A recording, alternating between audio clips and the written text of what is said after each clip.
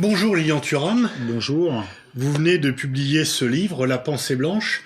Alors, est-ce que c'est de la géopolitique? Oui, parce que finalement, les questions d'identité, les questions de racisme, les questions de discrimination, elles frappent un peu le monde, ce sont des questions mondiales, et aussi le regard que la France peut poser sur ces questions, le regard que l'extérieur peut poser sur la France sur ces questions est aussi important pour l'image que notre pays a et qu'il peut dégager à l'extérieur. Alors, vous avez fait ce livre, c'est un essai en fait, c'est pas un livre de témoignage de votre parcours, ce n'est pas un livre autobiographique. Vous l'avez fait, même si vous l'expliquez, vous avez un peu répondu à une interrogation que vous avez eue en étant enfant. Vous écrivez dès le début, les personnes dites blanches n'ont pas l'habitude d'être interrogées sur leur couleur de peau, ni sur la signification, et vous écrivez que vous êtes devenu noir à 9 ans.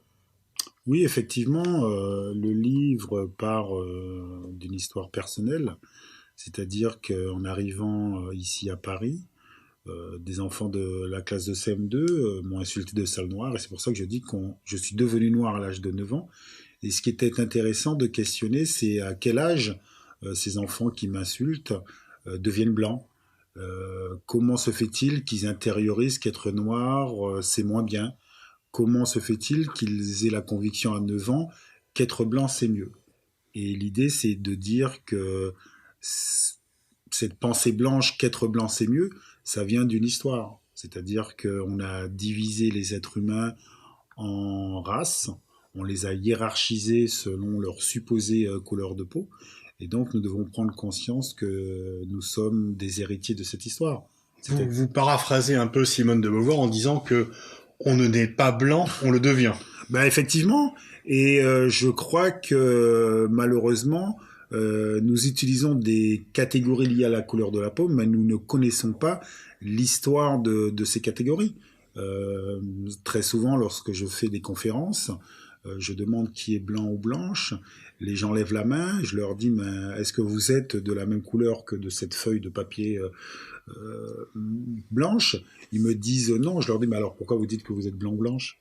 Et là, il y a un silence. Et en fait, ils ne le savent pas.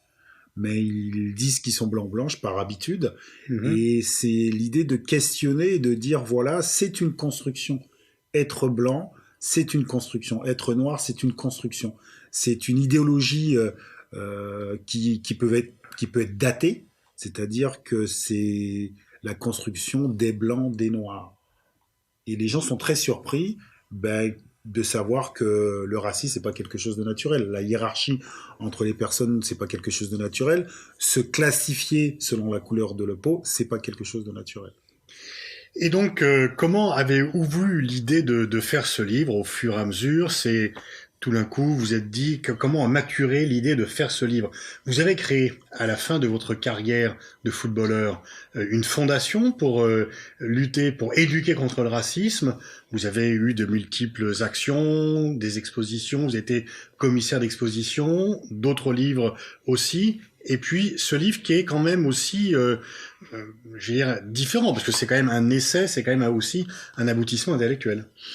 Bon, je sais pas si c'est un aboutissement, ce sont des questions que je me pose depuis l'âge de 9 ans, c'est-à-dire comment comprendre les mécanismes du racisme, pourquoi on se regarde à travers nos supposées couleurs de peau, d'où ça vient. Mhm. Et donc, pour moi, c'est vraiment donner à comprendre la construction de ces identités liées à la couleur de la peau. Et puis peut-être aussi pour répondre à votre mère, Mariana, qui, lorsque vous êtes insulté dans la cour de l'école, vous lui raconterez ce qui s'est passé, elle a une réaction que la fois vous comprenez, mais avec laquelle vous voulez quand même lutter. Mais c'est vrai que ma maman m'a donné une très mauvaise réponse. Elle m'a dit, c'est comme ça, les gens sont racistes, ça va pas changer. Et effectivement, j'aurais aimé que ce livre puisse exister à l'époque. Comme ça, elle aurait lu ce livre, elle m'aurait expliqué le pourquoi du racisme. D'ailleurs, ce livre aussi aurait été très intéressant pour les parents des enfants qui m'ont insulté de sale noir, pour qu'ils puissent expliquer aux enfants d'où vient cette notion de racisme. Et ce qui est très important, c'est montrer que ces catégories liées à la couleur de la peau est une volonté d'une minorité de gens de construire des divisions entre les êtres humains pour exploiter c'est-à-dire exploiter des gens, c'est-à-dire que lorsqu'on on construit cette idée de la traite négrière, par exemple, c'est pour l'enrichissement d'une minorité de gens. C'est-à-dire que l'esclavage n'est pas une confrontation entre personnes de couleurs différentes, mais un système économique. Vous en parlez, les Amérindiens, effectivement, on s'est posé la question de savoir si c'était une âme pour savoir si on pouvait ou non les réduire en esclavage. Ben exactement, c'est-à-dire que moi, ce qui me surprend, par exemple, il n'y a pas très longtemps, dans un journal quand même assez sérieux, euh, et, euh, on écrivait encore que Christophe Colomb avait découvert les Amériques.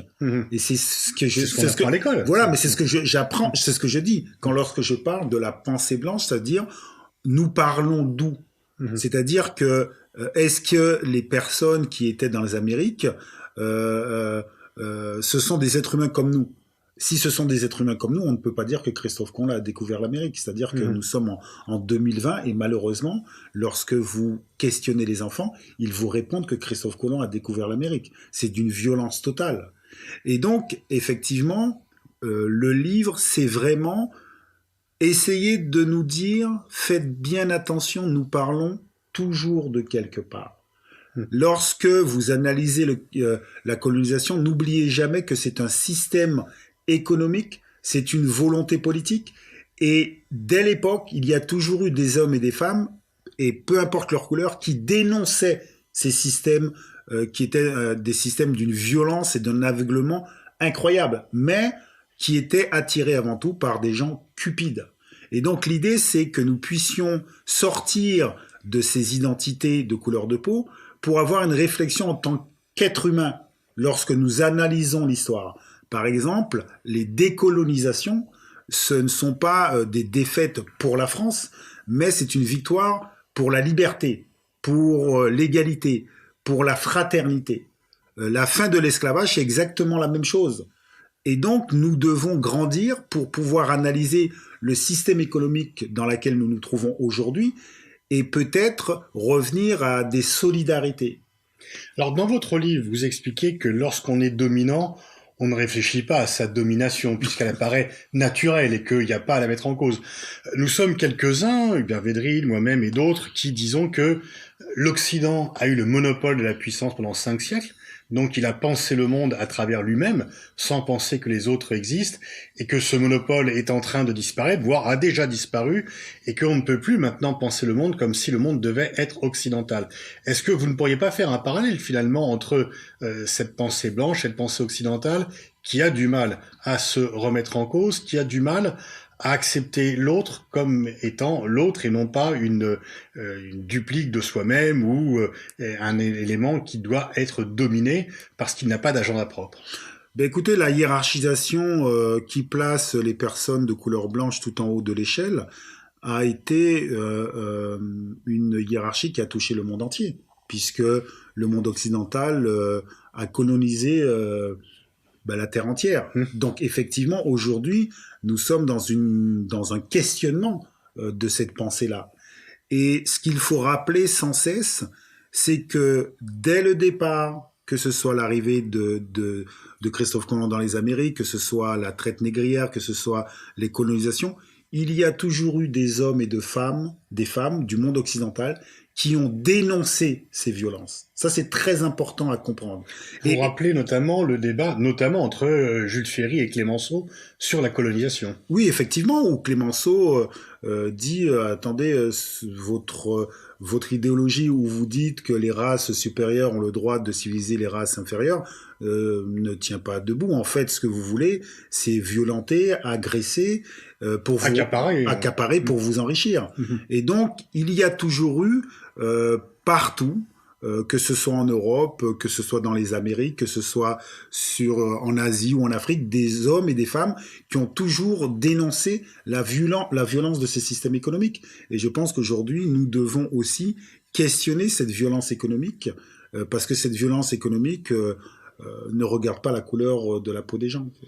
Alors en fait, vous voulez en fait interpeller, grosso modo, vous dites ceux qui sont racistes, c'est pas la peine d'essayer de les convaincre, ceux qui sont, vous n'utilisez pas le terme d'ailleurs dans votre livre de suprématistes blancs, Mais on voit bien aux États-Unis, mais même aussi en Europe, il y a des gens qui affirment haut et clair que les Blancs sont supérieurs à bien des égards sur les autres catégories. Mais ce qui est normal, c'est-à-dire qu'en France, par exemple, jusqu'en 1950, on apprenait dans les écoles que la race blanche était la race supérieure.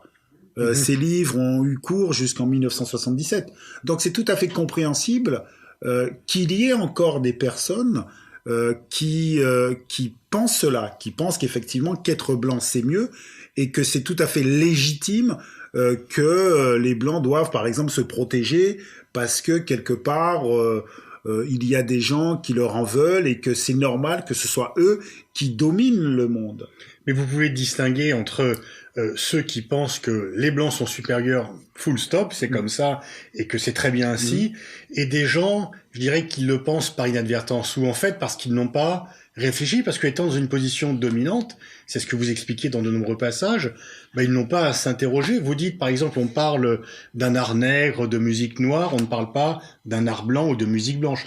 Donc en fait, parce que ça paraît, je dirais, naturel, entre guillemets, sauf que c'est tout sauf naturel. Mais d'ailleurs, c'est assez incroyable parce que, vous savez, j'ai fait l'expérience quand même, parce que ça fait très longtemps que je parle de ces sujets. Je vous ai dit, j'ai commencé à me questionner à l'âge de 9 ans. Et c'est très souvent que j'ai des amis qui sont très mal à l'aise lorsqu'ils entendent blanc ou blanche. Ça les crispe. Et je voudrais juste dire à ces personnes-là qu'il faut arrêter, il faut questionner au contraire cette identité, parce que c'est pas une identité qui est naturelle, en fait, c'est une construction.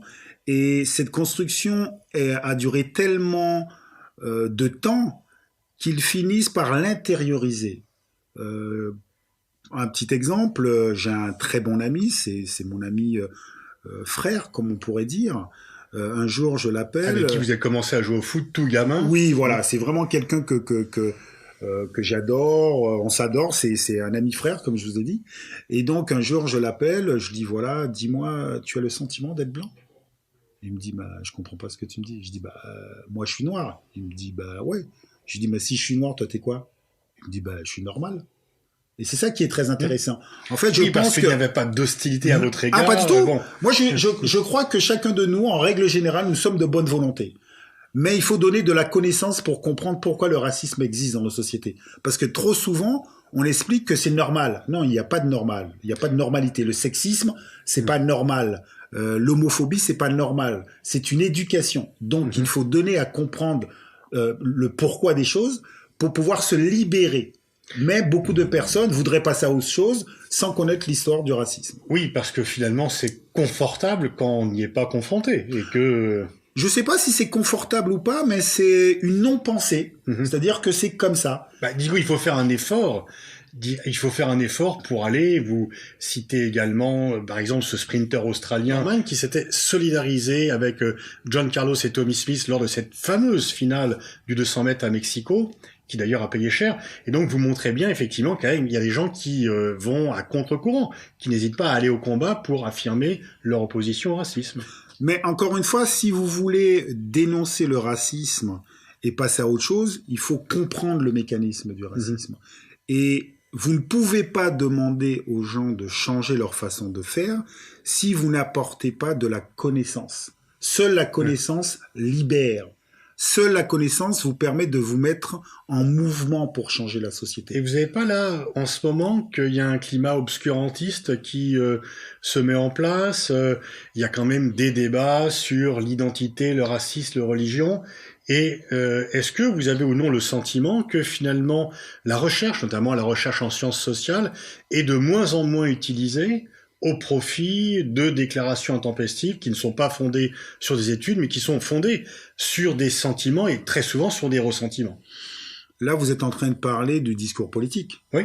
Et médiatique ou un discours actuel, oui. Oui, mais de toute façon, il y a toujours le discours politique et le discours des personnes qui veulent changer la société.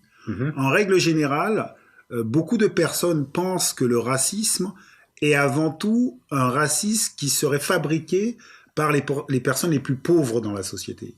Mais en fait, le racisme est toujours légitimé par un discours politique. C'est-à-dire que le code noir, c'est pas les pauvres qui l'ont mis en place.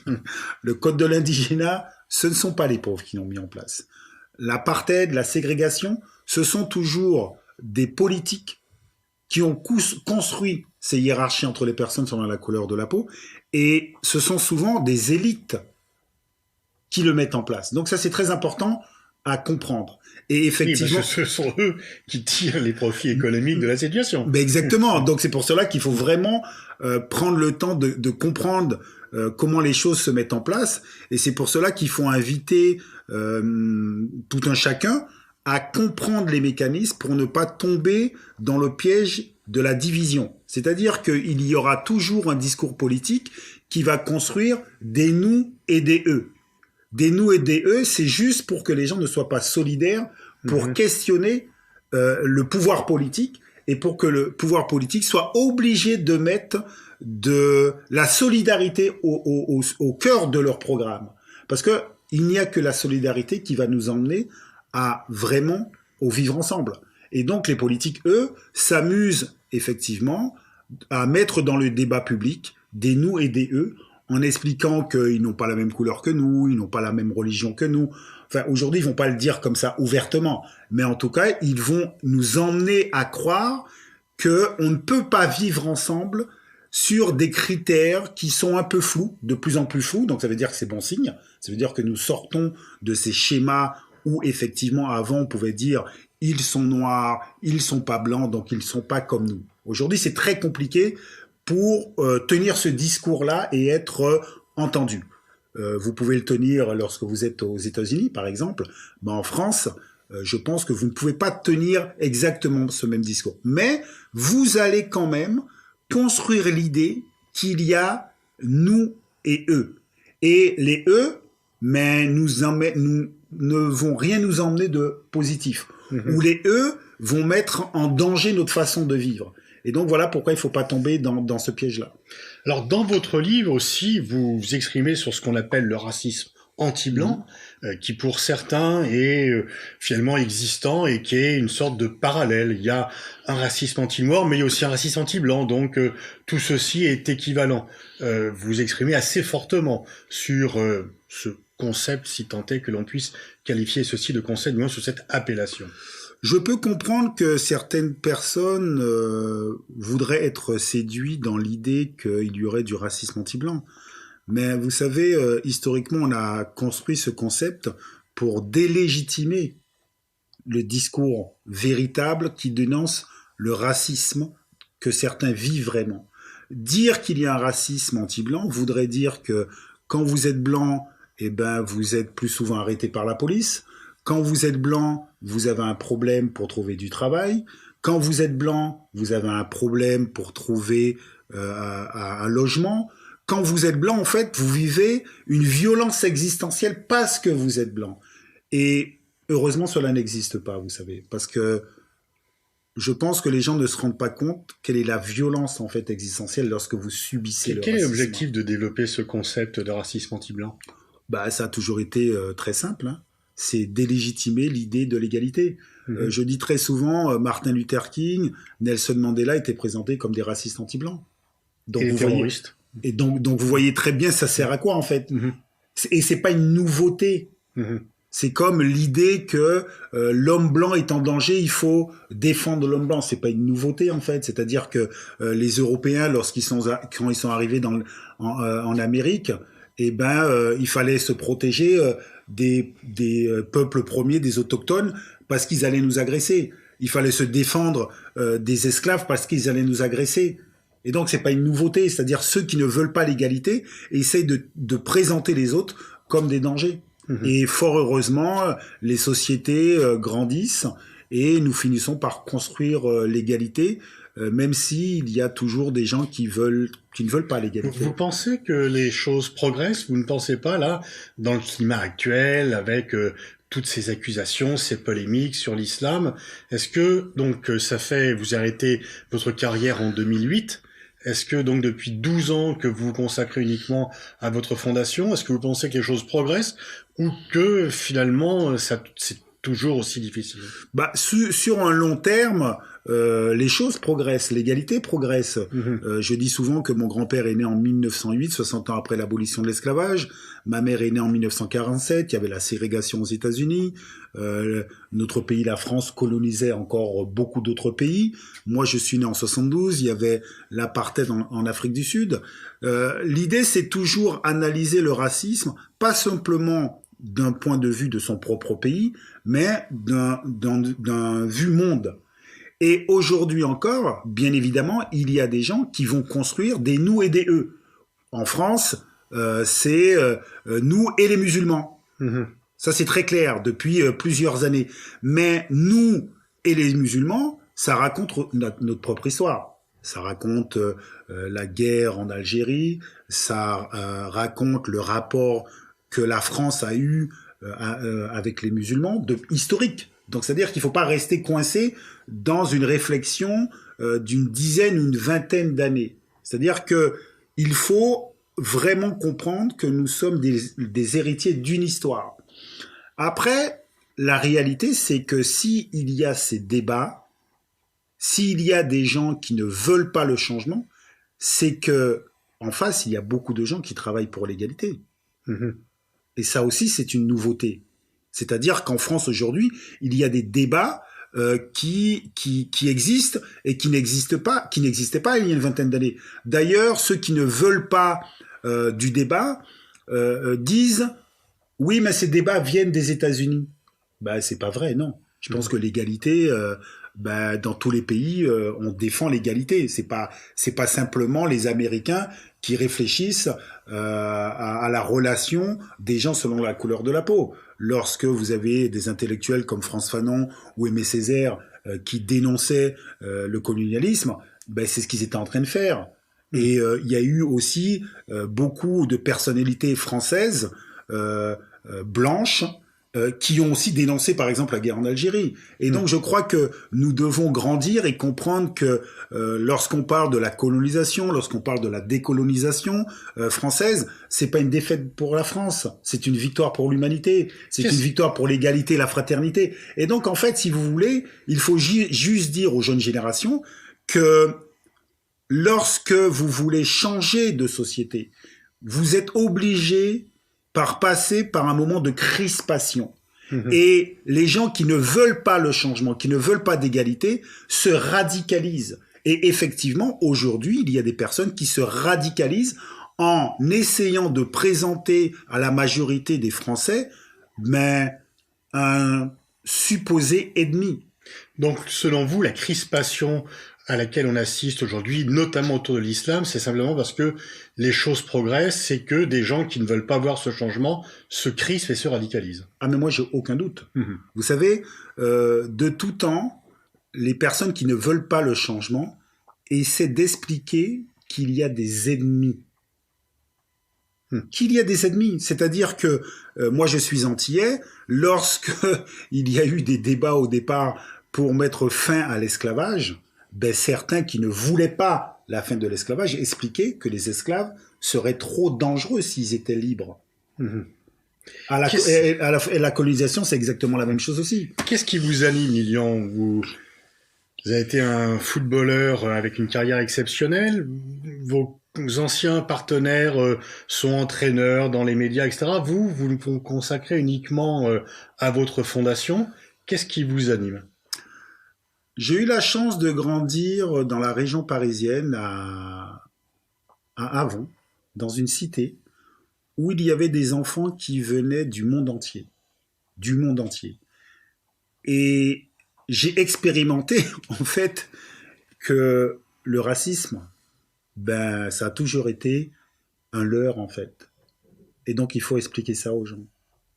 Il faut qu'on puisse comprendre l'histoire pour être armé, pour justement ne pas tomber dans des pièges où on va vous renvoyer à des catégories. Et la seule catégorie qu'il faut défendre, c'est l'humaine. Mais pour défendre cette catégorie, il faut connaître l'histoire du racisme. Comment on a construit ces identités, comment on vous enferme dans votre religion, comment on vous enferme dans une certaine couleur de peau, comment on vous enferme dans un genre ou dans une sexualité. Et en règle générale, si vous n'êtes pas conscient, vous-même, vous allez vous enfermer dans ces catégories. Et quand vous vous enfermez dans cette catégorie, eh ben, vous ne pouvez pas défendre la catégorie la plus importante, l'humaine. Et donc, à la fin du livre, j'essaie d'expliquer que le jeu, c'est nous. Et à partir du moment où vous avez conscience de ça, vous pouvez obliger les politiques à résoudre les vrais problèmes de société. Ça veut dire la solidarité. On va terminer sur ce joli mot qui est de moins en moins utilisé. Et donc, merci Lilian Thuram. Je renvoie à la lecture de votre livre, La Pensée Blanche. C'est aux éditions Philippe Ray et c'est vraiment un livre à lire. Merci à vous. Merci beaucoup.